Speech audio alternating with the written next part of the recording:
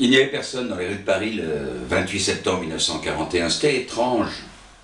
Une hypocrisie ambiante. Plus Paris, quoi. Plus de capitale.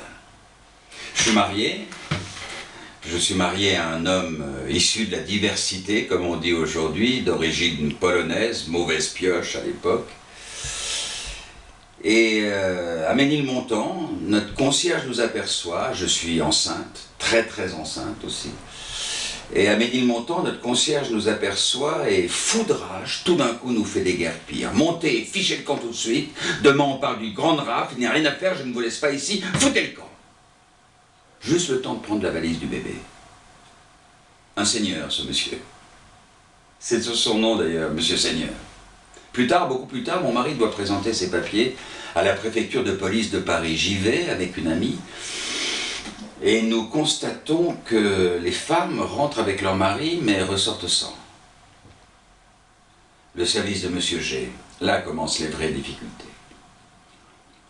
Vous savez, quand la souris se sauve grâce à l'aide du chat, les rats et autres musaraignes ne comprennent pas. Il faut expliquer là où il n'y a pas d'explication. Mais le simple fait d'être allé au contact suffit à me faire manquer d'air. Passage plutôt amer. Je ne suis pas amer. Je suis une vieille femme. Une vieille femme est encore une femme. Je suis une femme vieille. Que peut-on y faire?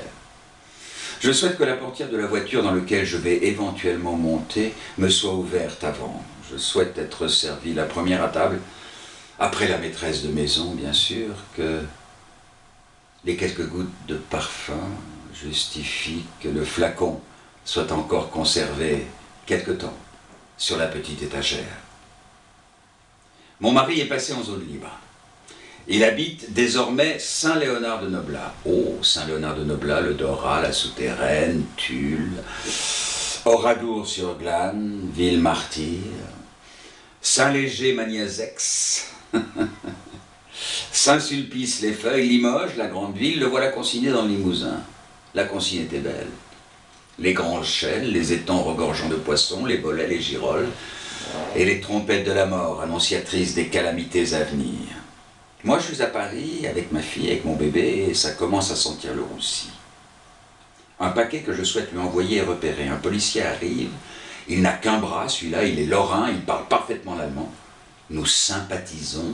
Je lui dis, regardez tous ces colis qui sont sur la table, sont pour mes parents et ma très jeune sœur Anne-Laure qui aurait été déportée dans le ghetto de Lodz, en Pologne. Si vous voulez me faire du mal, vous pouvez me déporter aussi. Je suis conduite au bureau des questions juives, dont le chef est un nazi, un des plus grands chasseurs de l'époque, on va le citer, Dannecker, dans le bureau de monsieur G.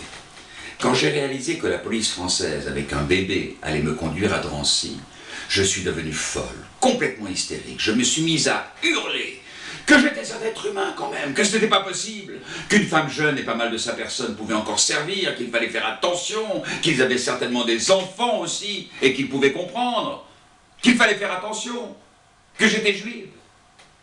Et là, ils m'ont dit que je ne l'étais pas, et qu'il fallait me taire. Un homme dont je ne me suis jamais souvenu du visage, très bien habillé, entre et demande ce qui se passe ici. Ce qui s'y passe, moi je suis en pleurs, je suis en larmes, je pète de trouille. Avec cet homme, je me suis senti respecté. Il a épousé ma cause. Nous devions épouser nos passeurs. C'était mauvais d'être avec un enfant pour passer. Ces fameuses épousailles, ces changements d'identité constants, ces cartes de séjour, ces visas, les sans-papiers d'aujourd'hui, la jungle de Calais, l'île de Lampedusa. Nous changions de nom, de prénom, de religion. Nous aurions modifié la couleur de nos yeux et la forme de nos nez, qu'ils nous montraient de leurs doigts de phalangistes agressifs et haineux. Mais je n'ai pas le type juif. Non, vous trouvez que j'ai le type juif?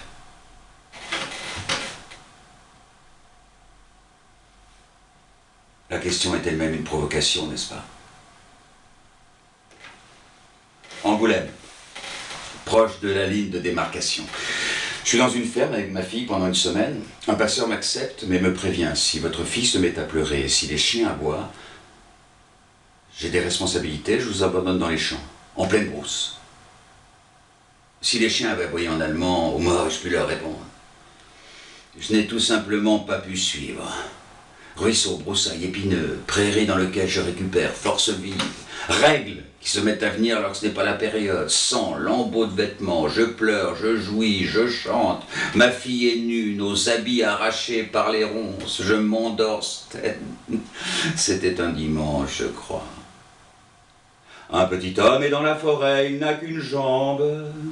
Dis-moi qui est ce petit homme sur une seule jambe dans la forêt, la la la. Un petit homme est dans la forêt, il n'a qu'une jambe.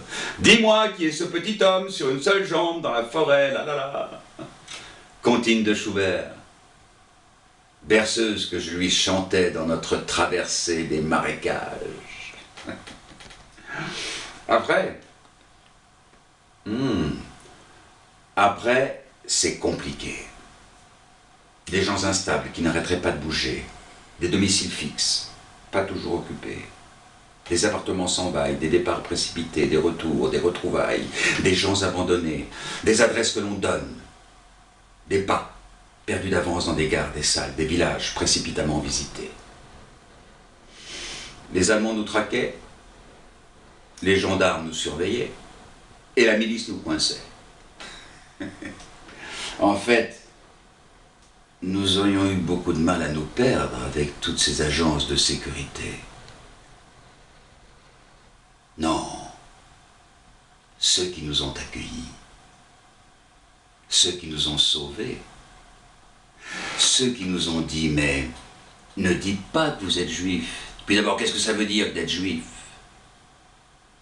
Ceux qui nous ont laissé construire des cachettes à l'intérieur de leurs propres habitations et qui nous ont nourris sous les feuilles, quand nous nous cachions pendant des jours et des nuits comme des oisillons tombés de leur nid. Ceux qui nous ont donné la béquée, ceux qui avaient des nerfs aussi solides que leurs bœufs, ceux qui ont mis le beurre de côté pour la môme, ceux qui nous ont prévenus à temps, ceux qui sont arrivés avec leur petite charrette tirée par un âne parce qu'ils avaient la trouille de la cacher plus longtemps. Ceux qui l'ont adoptée à haute voix, devant des Allemands médusés par tant de bonheur familial ainsi retrouvé.